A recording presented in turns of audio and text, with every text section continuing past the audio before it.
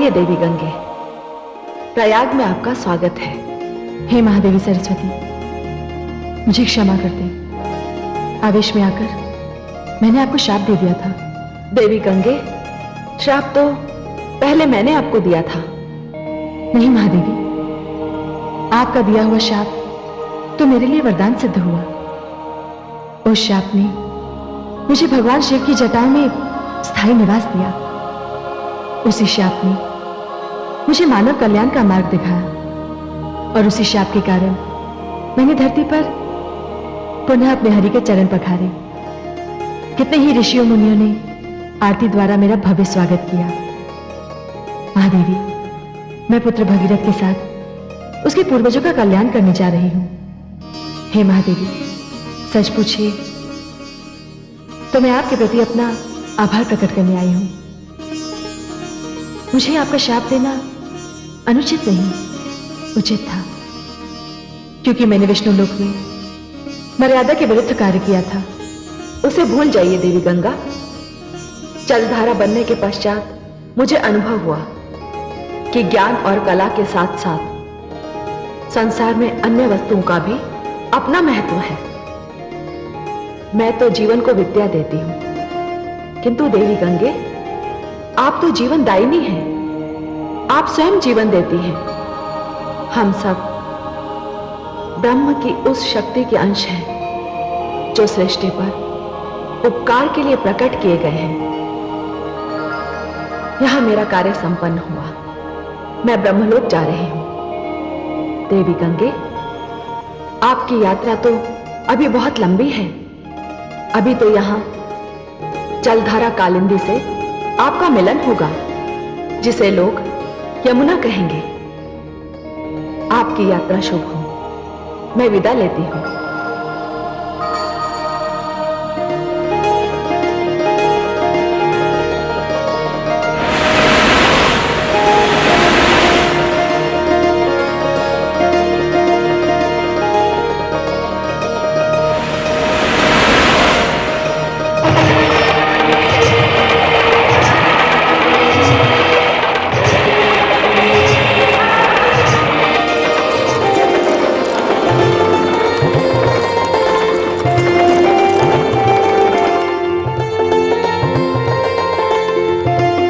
प्रतीत होता है यह किसी महान तपस्वी का आश्रम है।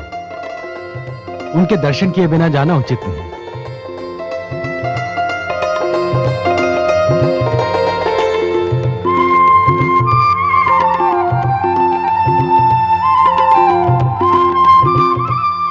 मैं आपकी क्या सेवा कर सकता हूं? क्षमा कीजिएगा, क्या मैं जान सकता हूं यह सुंदर और पावन आश्रम किसका है? क्या हम आपका परिचय जान सकते हैं? मैं भगीरथ हूं। भगीरथ अर्थात महाराज भगीरथ। महाराज था, किंतु अब तो वैरागी हो गया। आइए, आपका स्वागत है। यह हमारे गुरुदेव महान ऋषि जहनु का आश्रम है। महर्षि जहनु, मैं अभी जाकर उनके दर्शन करता हूं। भगीरथ! माता, आपको कुछ देर यहां विश्राम करना होगा। मैं महर्षि जहनु के दर्शन करके शीघ्र आता हूं। जहनु ऋषि? हाँ माता।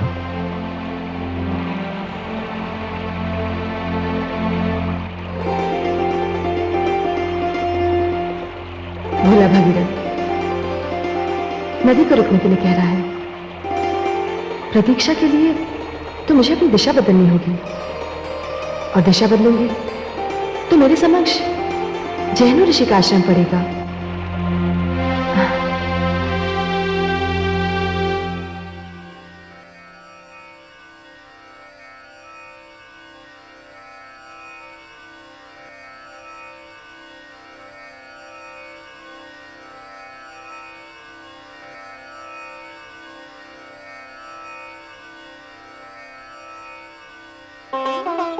महर्षि जहनु, आपके श्री चरणों में भगीरथ प्रणाम करता है। महाराज भगीरथ,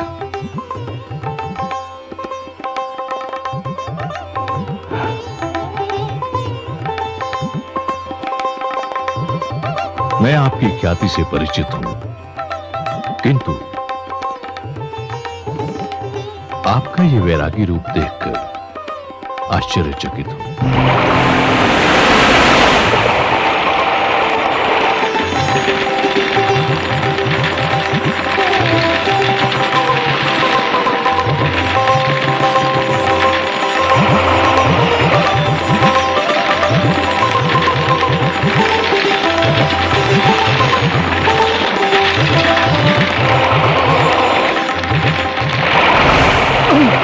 ये किसका दुस्साहस है? किसने किया होगा ये अनर्थ? किसने किया होगा? कौन हो सकता है?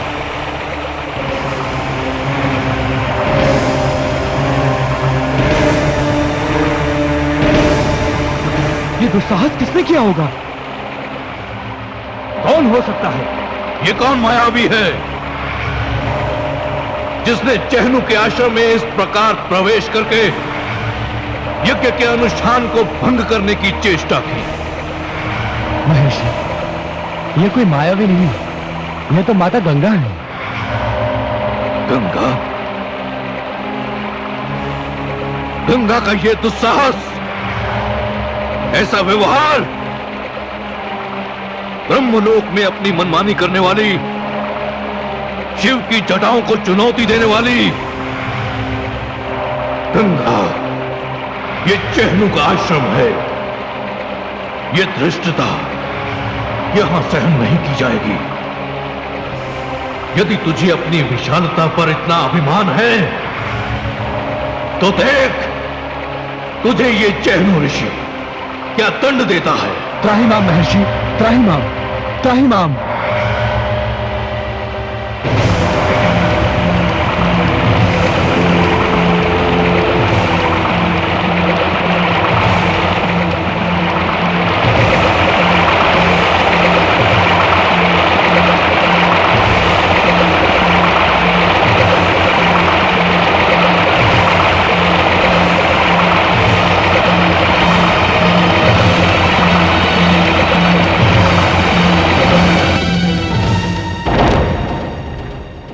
बस इतनी ही शक्ति थी तुझ में? तेरी इतनी ही क्षमता थी? तू एक ऋषि की प्यास भी नहीं बुझा सकी? महर्षि, महर्षि, महर्षि, महर्षि, ये क्या किया आपने महर्षि? मैंने क्या किया? गंगा को उसकी धृष्टता का दंड दे दिया। और क्या किया मैंने? नहीं महर्षि, नहीं, आपको माता गंगा को लौटाना होगा महर्षि, आपको माता गंगा को लौटाना होगा। राजन, शांत हो जाओ। हां, तो मैं तुमसे पूछ रहा था कि तुमने ये वैराग्य क्यों धारण किया? हे महर्षि, मेरे वैराग्य का कारण भी माता गंगा ही है। कपिल मुनि की ज्वाला से भस्म हुए मेरे पूर्वज माता गंगा की ही प्रतीक्षा कर रहे हैं। यदि माता गंगा की जलधारा वहां तक नहीं पहुंची तो उन्हें मोक्ष नहीं मिलेगा, उनकी मुक्ति नहीं होगी, मेरे संकल्प की पूर्ति नहीं होगी। मेरा वैराग्य व्यर्थ जाएगा महर्षि, मेरा वैराग्य व्यर्थ जाएगा। हे महर्षि, मुझ पर कृपा कीजिए, मेरे पूर्वजों पर कृपा कीजिए।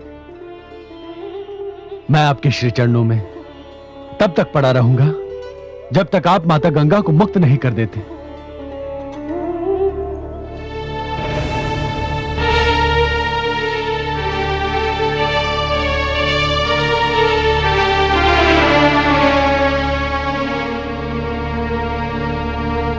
गंगा पर तो नहीं, किंतु मुझे तुम पर दया अवश्य आ गई। तुम्हारे त्याग, तुम्हारी तपस्या, तुम्हारे संकल्प के लिए मैं इस चंचल गंगा को मुक्त करता हूं।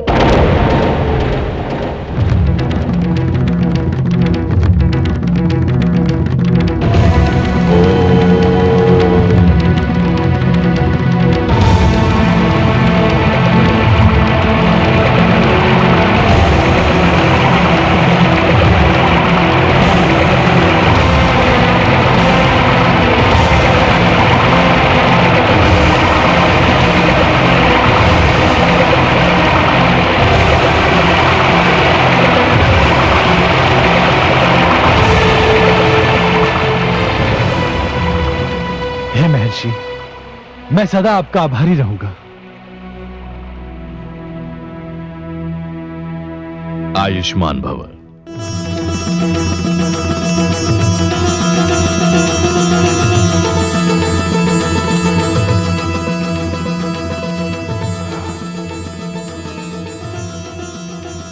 अब इस गंगा को लोग जानवी कहकर पुकारेंगे।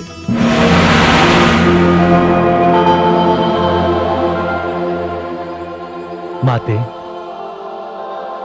क्षमा करना पुत्र, मैं बाल्यकाल से ही चंचल स्वभाव की हूं, किंतु मैं क्या करूं पुत्र? जैन ऋषि का आश्रम मेरे मार्ग में जो आ गया था। कुछ भी हो माते, किंतु अब मेरी विनती है कि आप मेरे साथ साथ ही चलें, क्योंकि यदि आपको ऐसी घटना घट जाती है तो मेरे पूर्वजों का उद्धार नहीं होगा माते। एक उपाय है पुत्र। वो क्या है माते?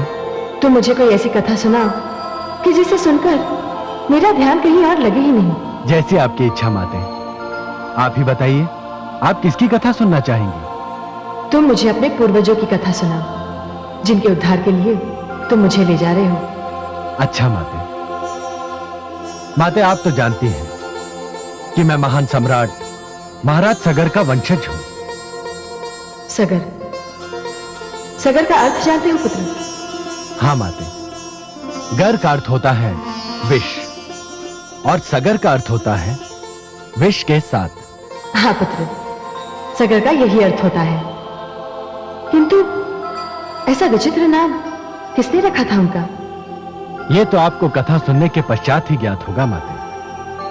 वैसे महाराज सगर के जन्म की कथा है बड़ी विचित्र। तब तो ये कथा मैं अवश्य सुनूंगी पुत्र। यात्रा बड़ी लंबी है, सुनते सुनते कट जाएगी। तो सुनिए माते। महाराज बाहुक महाराज सगर के पिता थे। यह मैं तब की बात बता रहा हूं जब महाराज सगर का जन्म ही नहीं हुआ था। महाराज बाहुक के शत्रुओं ने उन पर आक्रमण करके उनसे उनकी राजधानी छीन ली। महाराज बाहुक अपने पत्नियों समेत एक छोटे से नगर में चले गए। वो वहीं अपना जीवन व्यतीत कर रहे थे कि अचानक उनकी मृत्यु हो गई। जब अंतिम संस्कार के लिए चिता पर उनका शव रखा गया, तब केवल उनकी पटरानी उनके साथ थी। वैसे तो महाराज बाहुक के 12 रानियां थी, किंतु उनकी महारानी केवल एक थी, जिसे पटरानी कहा जाता है। उनका नाम था करुणामयी। उन्होंने यह निर्णय ले लिया कि वे अपने पति के साथ चिता में प्रवेश करेंगी।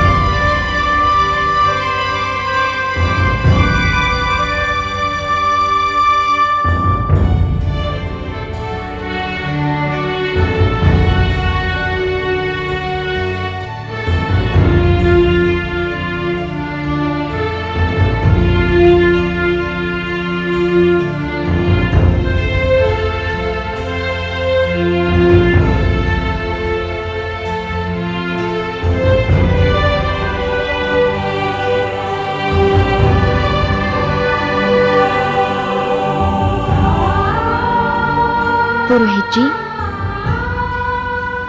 जी महारानी जी। ये बात सभी जानते हैं कि मैं तथा महाराज की अन्य 11 रानियां महाराज को तथा इस राज्य को उत्तराधिकारी नहीं दे सकी। इसलिए पुरोहित होने के नाते आपका ये कर्तव्य भी है तथा धर्म भी है कि हमारे अंतिम संस्कार के लिए अग्नि का दान आप करेंगे। महारानी जी, आपने सत्य कहा। मैं अपने कर्तव्य का पालन करूंगा।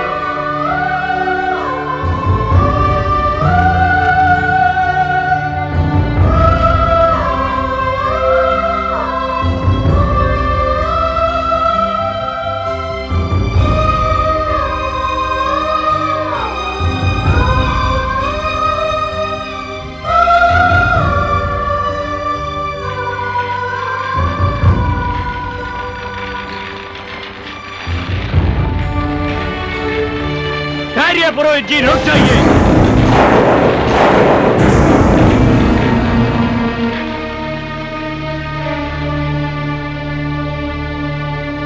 अच्छा हुआ मैं समय पर यहाँ पहुंच गया, अन्यथा अनर्थ हो जाता। आपने महाराज के अंतिम संस्कार की अंतिम विधि को रोककर अनर्थ ही तो किया ऋषि औरव। जहाँ तक मेरा प्रश्न है, मैं सती प्रथा के विरुद्ध हूँ, किंतु आपको इस अनुष्ठान से रोकने का कारण कुछ और ही। महारानी करुणामयी, कदाचित आप नहीं जानते और सब भी नहीं जानते, आप महाराज के साथ अपने प्राण देकर एक और प्राण की बलि दे रहे हैं। ये आप क्या कह रहे हैं ऋषि औरव? यदि आप मुझे महाराज के साथ अग्नि में प्रवेश करने से रोकना चाहते हैं तो आपका प्रयास सफल नहीं होगा। मेरा निर्णय अटल है।